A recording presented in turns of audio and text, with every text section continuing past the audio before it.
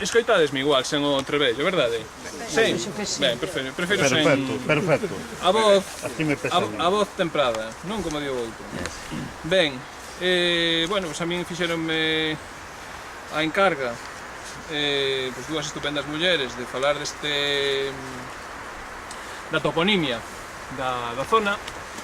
Foi unha idea que, bueno, pues comparto porque a toponimia en principio é a ciencia que estudia o nome dos lugares, pero estudar só o nome dos lugares non é só explicar de onde proceden, tamén é reflexionar sobre a humanización do territorio e das persoas, bueno, e dos habitantes do territorio durante milenios.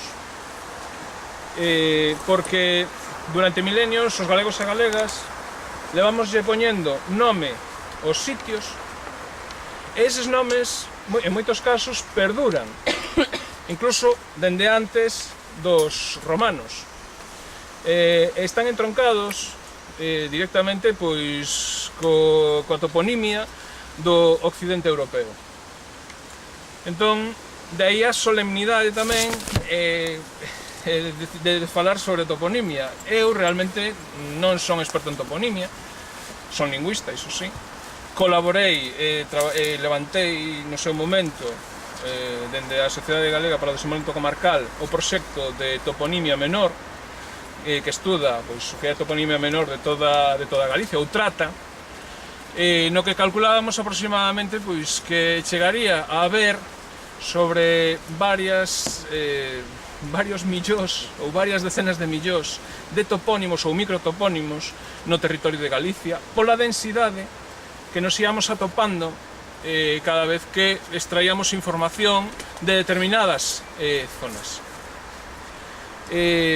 E aquí, ou por onde viñemos, pois vos non nos veríades, pero a xente xa ten distintos nomes para os distintos sitios polos que fomos camiñando. A mí preguntábame antes polo Vilar do Colo, de momento non pasamos polo Vilar do Colo, realmente non íamos pasar polo Vilar do Colo, preguntáronme pola orixe, eu prefiro ir un pouco por orde. Comezar pois falando do río Vá, que foi o que está xusto ali no comezo, un poquinho máis abaixo, de onde estábamos, que é o sitio que chamanlle Os Cocidos. Ben, o río Vá, como tal río, co nome que leva, pois indica xa bastantes cousas, porque a raíz, ou a palabra en sí, ten correlatos nas Illas Británicas, en Irlanda, na Gran Bretaña, tamén en parte de Francia, e tamén pois, na Península Ibérica, sobre todo concentrados na zona noroccidental. E eses correlatos están relacionados co que lle chama, bueno, coa auga, evidentemente. A palabra va é auga, é río en sí. Que seña río en sí, pois demostra, por exemplo, que na zona de Extremadura, máis ao norte, haxe un sitio que lle chaman Badana, que é río. Non sei se ao mellor vos contaron algunha vez a historia do río Guadiana, que é Guadi, árabe, Anas, río. Pois Badana é exactamente o mesmo. Bad, ou Ba, é río, e Anas é río, dúas veces. Entón, cando falamos aquí de río Ba, estamos falando dúas veces a mesma, ou ao mesmo significado. Río.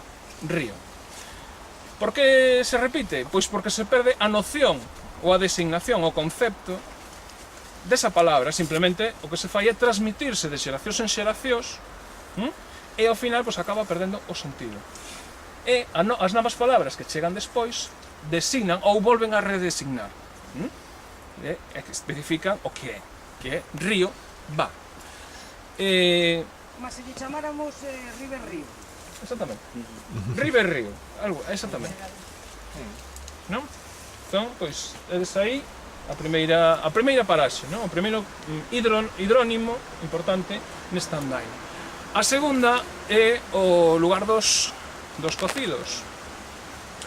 que, pensades vos, bueno, por etimoloxía popular o primeiro que se vos acorde é o de cocer algo, non? É a primeira interpretación, e mesmo é a interpretación que lle pode dar, pois, a xente máis inmediata, que non ten, pois, noción de a que se refería, ou a que se poidía ter referido. Incluso para os que estudan a toponimia é moi complicado chegar a determinar cal é a orixe, ou cal pode ser a orixe desa palabra, non? A palabra cocidos, pois, inicialmente, polo seu plural, pode ter dúas designacións próximas. Primeiro, non pode ser, bueno, ese tal cocidos seguramente que proceda dun tal cosidos, que esta zona, pois, a principios do século XX ainda falaba polo S. Entón pode se tratar dunha hipercorrección como resina, recina. Entón, a designación aparece a palabra cosido como apelido. E ese apelido, pois, tamén pode proceder, pois, perfectamente dun sitio de orixe. En todo caso, pode ver dado por un posesor ou por un xente que vivía nesa zona, ou, a que vexo máis plausible, é que proceda de montes cosidos, que é montes mestos, de coser, de facer mestura. Entón, moi xuntos. De feito, aínda que vexades ese terreo aí de 27.000 metros cadrados, os veciños da zona saben que aí había moitos montes estreitos, moi xuntos todos. Entón pode ser unha hipótese que os lingüistas podemos máis ou menos que lanzar, pero que non podemos asegurar pola complicación que vos acabo de explicar. É dicir, temos que explicar moito máis do que é evidente. Ben, despois, o seguinte lugar chamanlle o plantío. Nesa costa que subimos para arriba, aí, aínda que se meteu a autopista polo medio, o nome é bastante transparente, non? Procede, pois, do latín, claramente, igual que a cocidos, é unha palabra latina, ou cosidos, e nesa subida pois, atopamos un lugar onde se desenvolveron pois, unha serie de actividades relacionadas coa planta, normalmente pois, dunha zona forestal, máis probable. Entón, pois, plantar e planta, a palabra planta, non ten, eu creo que ninguna, vamos a decir, ninguna, pois, concretamente, escuridade, é dicir, é algo, pois, que coñecemos todos e que podemos designar directamente, que temos o concepto, non? Eu creo que esa, pois, non vos la vou explicar así moito máis. A continuación, despois do que o plantío, ven concretamente a zona dos chaos, que, cando subimos para arriba, designa esas casiñas que vistes ali á esquerda, que deixamos á esquerda, bueno, pois ese é o lugar dos chaos, e todo isto son os chaos. Como podedes ver, se mirades todo alrededor, é unha zona prana. Chaos, pois procede de planum, latino, e non ten tampouco maior explicación. Onde está describindo a orografía, como é o terreno. É bastante sinxelo. Despois, deixamos iso sí para a zona de abaixo, xusto desas casas de aí, que tamén é outra, pasamos pola esquina, porque baixa un camiño para eles, ali, os anidos, que son, pois, dúas interpretacións tamén posibles, porque anido tamén é apelido galego. Entón podes designar, en este concello moi común, o lugar onde vivían persoas que se apelidaban anido. Cando o nome da persoa, o apelido da persoa, nese caso, pasa a trasladase ao nome do topónimo. De feito, en Cabanas, pois temos moitos exemplos dese tipo de topónimos, pode ser un máis, porque, sin máis lonxe, Santa Cruz do Salto, temos o lugar dos Martices, que é, precisamente, pois, o lugar onde vivían os que se apelidaban Martís, que é o castelanizado actualmente Martínez. Os Bouces, o lugar pois, onde vivían os que se apelidaban Bouza. Ou os Paces, o lugar onde vivían os que se apelidaban Paz, ou fillos de Paio. E así sucesivamente. Tamén, pois, o meu apelido tamén ten un topónimo aquí nesta zona que lle chamamos Sardiñas, Entonces era un sitio onde o apelido pasaba a designar o lugar. Entón, os anidos ten esa posibilidade de interpretación, pero tamén se lle chama a unha planta. É unha planta que non atopamos nesta zona e, polo tanto, por iso digo que é máis plausible a opción do apelido. Pero que sí que pode haber, ainda que non se vexa, porque é unha planta que vedes, non sei como explicárvolo, que é moi parecida ao fiuncho. É que abre como o fiuncho. Non é como iso, é máis pechada, un pouco máis pechada, e ten esa característica, é moi fina, como o fiuncho, despois abre, ten unha serie de flores a alrededor. Tamén iso se chama anido. E o anido é onde abunda esa planta. Vale? Ou directamente a planta, que é o aneto, técnicamente. Vale? E aí tamén se cruzan varias cuestións, pero bueno, non vou entrar porque senón eternízome con estas explicacións, porque tamén hai máis. Terceiro punto que nos atopamos, San Lourenzo.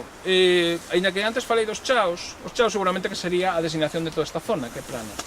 Pero a importancia da construción da igrexa sustituíu a gran maioría dos nomes dos montes cercanos, do que están de arredor daqui, non? Entón, a inmensa maioría son denominados San Lourenzo ou San Lorenzo, da variante local, e, pois temos unha gran roda prácticamente chegando a Prismos, que se segue a chamar todo San Lourenzo pola importancia da ermida que aquí se construiu. Entón, aquí barréronse moitísimos nomes de lugar menor, que podían incluso indicarnos calquera outro tipo de accidente que houvese aquí.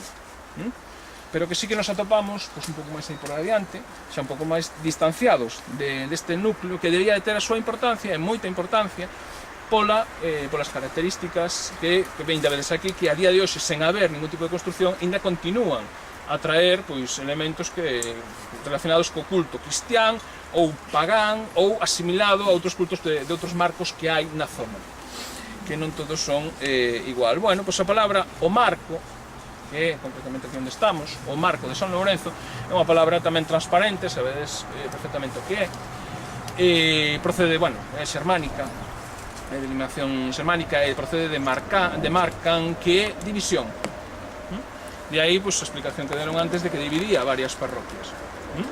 Esa é a clave fundamental. Non é o mesmo, claro, non é o mesmo esa denominación de marco que a de chanta, porque a denominación de chanta está directamente relacionada cos dolmens, e aí hai un matiz. Dicir, o mellor, pode haber, aquí na zona concretamente, cando se designa a palabra chanta, refírese ás pedras fitas, as pedras que están achantadas e que son visibles e que non son divisorias. Poden estar ao mellor incluso nun peche, nun destes peches que vedes por aquí, podense chegar a topar chantas de dolmens, porque os veciños evidentemente recollían todo o que tiñan no seu arredor e chegaban a trasladar ás covas que delimitaban os terreos e os montes, fundamentalmente. Ben, e despois falamos a continuación, ímonos a topar unha zona que lle chaman o Casal, que tamén é bastante transparente, non? Un sitio onde hai casas. Casal, o al é abundancial, é que hai varias casas, e casa, non ten ninguna cuestión que explicar tampouco. É un caserío ou un grupo de poucas casas. Despois, a continuación tamén imos ter outro sitio que lle chaman a Braña. E aquí, estaríamos a falar dun prado, un terreo alagadizo. E tamén, procede fundamentalmente da palabra vera, do latín ver, de verán. Esa é a hipótese máis plausible. Colominas di que é prerromana, pero é bastante máis cuestionable, non? Tamén imos a topar, e isto sí que me gustaba incluílo aquí, a palabra Boedo, o nome do lugar Boedo, que está relacionado con palabras como bueu, e uns relacionanos directamente co va, ou tamén coa raíz va, de auga, e outros con Buda, que é o que lle chamamos a espadana, que é un tipo de planta. E Boedo, pois, é un abundancial desa planta da espadana. É unha das posibles interpretacións. A outra relaciona directamente coa raíz río e pois ese edo que queda aí colgando que non se explica moi ben, pero bueno, pode ser perfectamente relacionable por unha serie de cuestións. Pode ser unha palabra, o que é a terminación pode ser escura, é dicir, pode estar designando o río e máis outra realidade. Outra cousa é saber chegar a explicar. Hai pois, algúns toponimistas que sí que se lanzan a facer esa relación. Eu non sería tan timorato, non? Bueno, tan lanzado a aseguralo. Tamén imos atopar o topónimo Abulleira, que é un hidronímico, que se relaciona con vexiga, onde se aguanta a auga, bulla, vexiga, que tamén é latino. Os castros e o castro, que hai aí no lado do castro de Prismos, hai unha zona onde se chama os castros e hai outra zona onde se chama o castro. E ven sendo, pois iso, é unha fortificación, xa sabedes, de castrum do latín, que ten as súas características que todos coñecemos, non? Sen máis explicación. Despois estaría Prismos, que vimos ver as casas tamén ali abaixo. Prismos, pois a explicación que se lle pode dar así de entrada é a súa relación directa con primo, que é diante de. Non sería de extrañar, o que pasa que é raro atopar esa terminación en nominativo, en latín, pero tampouco ten por que ser tan extraño. En Galicia, concretamente aquí cerca, hai formarices. Hai formariz, bueno, pois formariz é primeiro. É primeiro tamén. O que pasa é que é xermánico. E prismos é primeiro, é unha forma antiga de primeiro, é anterior. Tamén latino. Entón poden ser perfectamente o que está diante do castro, porque prismos está xusto diante do castro. Igual que Formariz está diante dun castro, bueno, Formariz aquí en Cabanas está diante dun castro, e Formariz na Capela tamén está diante dun castro. Entón poden indicar esa posición de proximidade ou de primeiro asentamento despois de abandonar, non sei, de xudín moitos a zona amurallada. E por último, por último ou penúltimo, é que son moitos. Como vos podedes dar de conta, o que expliquei ao principio de que a toponimia é moi densa, é que aquí houve moita xente que lle foi denominando e que foi conservando incluso nomes prerromanos durante moitos miles de anos. E atopamos varios nomes que veñen de moito antes. Normalmente os máis antigos son os que designan os maiores accidentes xeográficos, e os que, pois, hidrónimos ou accidentes do terreo, moi concretos, ou incluso nomes de lugar, incluso, porque proceden de outro anterior que designaba un accidente. O seguinte, Cornide. E Cornide sí que é moito máis evocador, porque Cornide pode estar relacionado coa forma car, rocha, que é a interpretación que lle daba un francés a Cornualles, que é prerromano, evidentemente. Ou tamén, sería rocha ou esquina, corruncho, cabo dun obxecto, que está xusto para outro lado. Prismos está aquí, o castro está aquí e Cornide está para outro lado. Como se fora o extremo, non? Desa zona. Entón, tamén hai outra posible interpretación de Isidoro Millán, que é o primeiro que cito, por certo, que o relacionaría con un celtismo do tipo cor, círculo, e nete, que é o deus da guerra. Millán, efectivamente. Millán de la Cruz. Cor, que pode ser pois, iso, un círculo, e despois ide, que é un nite, de deus da guerra. Ben, isto tamén non vos vou explicar aquí as relacións que pode ter tamén esa palabra co LSD, porque coñecedes o cornecho, o cornut e todo iso, esas cosas. Tamén outra posibilidade, que seña un fitotopónimo, é dicir, unha designación dunha planta. É relacionada nese caso coa que se producía o LSD, que coñecedes que é o cornello do maínzo. O caruncho. O caruncho. O caruncho, o cornello, e do centeo e todo iso. Despois, ímonos a topar outro sitio un pouco máis arriba, xa indo cara ao Muiño de Petra, pois o lugar de Pardiñeiras, que ven sendo, disculpad a extensión, pois un lugar onde hai ou houbo no seu momento vivendas, casas abandonadas. Está relacionado directamente con pardiñas, con parda e pardo, pois que son, en principio, procede do latín e poden, como decirlo de alguma maneira, non sei, pode ser unha metonimia, é dicir, que a cor das casas perdía, é dicir, a coloración da casa porque se perdía cando se abandonaba, entonces pasaba a ser todo homoxéneo. Pode ser unha das interpretacións que se pode dar, é dicir, a casa parda, e da casa parda, pardiña, pardiñeira, etc, etc, son todas relacionadas con ese tipo de situación. Pardiñeiras, pois é iso, casa ou edificio abandonado, ou tamén chous, a zona pechada. Ben, e a partir de aquí, pois, máis nada. Se tedes algún topónimo máis que queirades que vos explique, que non imos parar. Vilar do Colo. Vilar do Colo, claro, pero se falo de Vilar do Colo tamén teño que falar de Laraxe, a Bella. E non pasamos, é dicir, pasamos, pero pasamos, non, realmente non imos, sí que pasamos ao primeiro, que é o que non estaba previsto, pero realmente non era. El Colo, pois non ten ninguna ciencia, é dicir, Vilar é un tipo de asentamento, sobre todo da época romana, que era unha vivenda cunha rodeo, onde se facía unha explotación do tipo, pois, agrario, e Colo é alto, de col, francés, col, bueno, zona de Porto, é un paso en unha zona alta.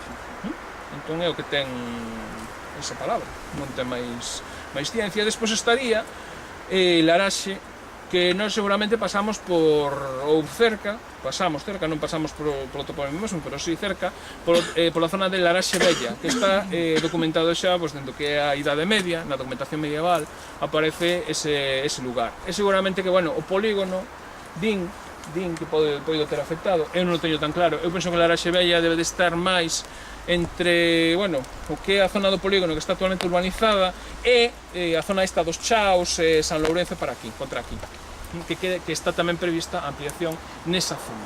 E aí, bueno, pues, eu supoño que haberá un asentamento medieval e que, en todo caso, a propia palabra Laraxa, ou Laraxe, como aparecía na Idade Media, pues, procede claramente prerromano, que é lar, lara, e a palabra lar de pedra, pedra, que é prerromana, pero claramente, a palabra lar coñecédela, non? Pues designa unha pedra. Pois tamén está relacionada directamente coas palabras que viñeron despois, o que designan actualmente o peón da pedra e o pereiro. Que non pensedes que o pereiro é polas peras, o pereiro é polas pedras. De acordo?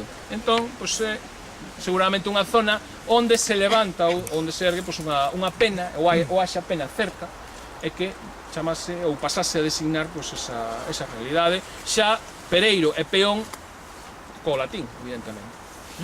Laraxe, Laraxe, Larache,